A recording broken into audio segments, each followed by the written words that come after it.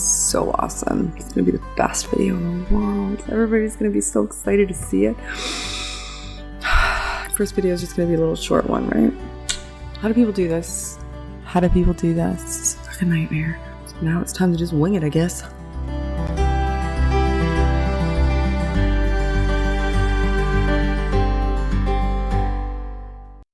Hi, I'm Shannon Q. First, I just want to say thank you to the more than 1,100 of you who have subscribed to this channel before I even made a single video. It is really humbling to me that you're all interested in what I have to say, and thank you so much. I'm an atheist who has made the foray into the public discourse in about the past 6 months. I am in the background and sometimes the forefront of the Paulogia channel. I am also the co-host of the Heathen Hour podcast on Godless Cranium's channel, and I am the host of Let's Talk About You with Shannon Q on Steve McRae's Great Debate Community. There's already pre-existing playlists on my channel, but there's also going to be links in the description. I also have a degree in psychology with a focus in perceptual cognition and communication theory. I have a degree! That's why nobody likes that guy. I mention the degree because it pertains to my primary passion. My main focus, and one of the reasons that I entered the public discourse, was to help promote more effective dialogues between atheists and theists. On its face, this seems like something that we should all just inherently want, but because of the charged nature of this type of dialogue, it's really just not that simple. One of the things that I'm asked most frequently is my strategy when I'm entering into complex conversations. So for my first video, I thought I'd lay out a little bit of my approach. So in order to get where I'm coming from, I think we need to start with illocution. When we're entering conversations, we take for granted that we're conveying our intended meaning. It makes sense to us, so we assume that it'll be received in the same manner that we understand it. This goes both ways. Illocution isn't just about making sure that you're effectively conveying your meaning. It's about also making sure that you're absolutely and completely receiving not just what the other person is saying, but the intention behind what they are trying to say. Those can be, and often are, two really, really different things.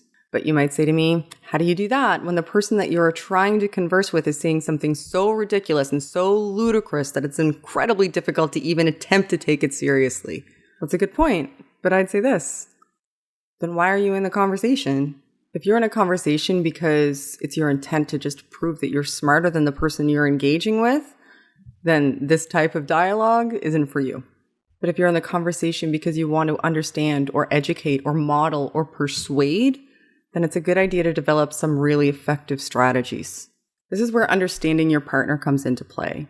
If you want someone to understand or consider your perspective, it helps a lot if you can at least demonstrate that you're making an attempt to understand and consider theirs. This is the most complex part. You already understand what you want to convey, and if you're in a disagreement, you already know what you've heard from them that conflicts with your understanding. But you can't take that at face value because the message that you're receiving from them may not even be what they actually mean. If this is the case, you'll argue past each other to the point of absolute infuriation and nobody accomplishes anything. I think one of the things that we need to consider is that how we're having conversations is just as important, if not more important, than the conversation that we're having.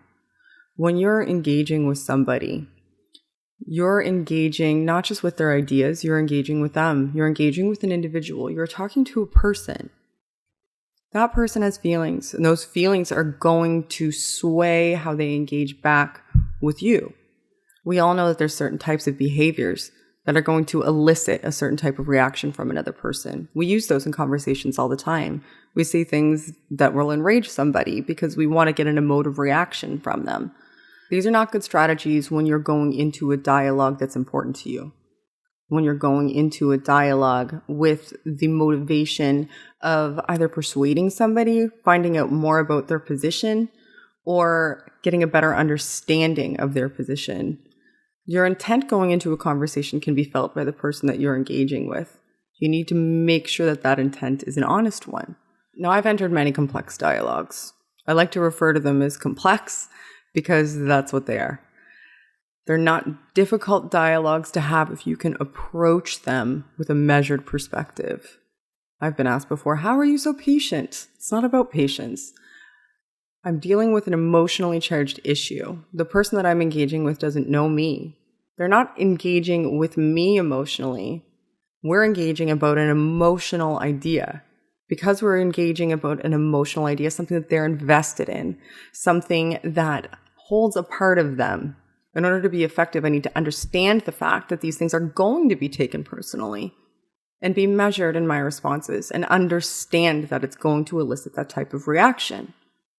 If you talk to somebody about something that affects them from their perspective at their absolute very core, something that you're contradicting in your engagement with them, you can't expect them to meet you with open arms.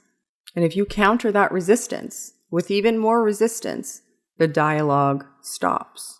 These conversations are too important to be taken for granted, and they're too important to be turned into arguments.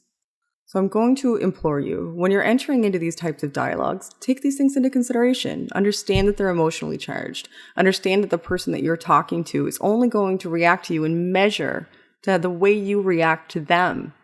You can guide conversations by being reasonable. You'll usually be met by a reasonable person. If you enter the conversation telling somebody that you think that their position is stupid, they're not going to want to talk to you on an honest level, and you'll never find out how they came to those ideals. I've always been somebody who's very interested in how people come to believe the things that they do, how people come to understand the things that they understand, and how people come to perceive the world in the way that they do. If I didn't engage in conversations with an honest sense of inquiry, I would never be able to find these things out, and I'd never have met the people that I've met and have learned the things that I've learned through meeting those people. You don't want to simply surround yourself with those who think like you and congratulate each other because you made everyone else feel stupid. You learn nothing. You gain nothing.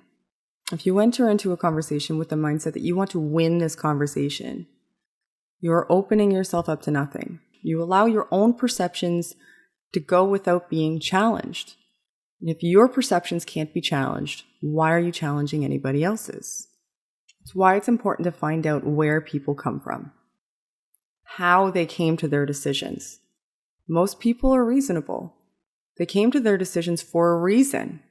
Ask them. Maybe they'll tell you. The next time you enter into a conversation, please consider these things. Don't attempt to elicit emotion. Make an honest attempt to find out what that person means when they say what they say, and try to figure out how they came to the decisions that they did by following through their reasoning. Be the example that you would like to see. Have the conversations that you would like to hear. Ask the questions that you would like to be asked. Help elevate the discourse. I'm with ya. How do you end a video? I don't know how to end a video. Thank you to everybody who watched this. I guess. Thanks, I guess. Did I look crazy there? I hope I looked just a little crazy. Did this sound like I knew what I was doing? Because if it did, it's because Paul made me sound like I knew what I was doing. Until next time, I'm Shannon Q. Thanks. And I did my best. I'm trying. What do you people want from me?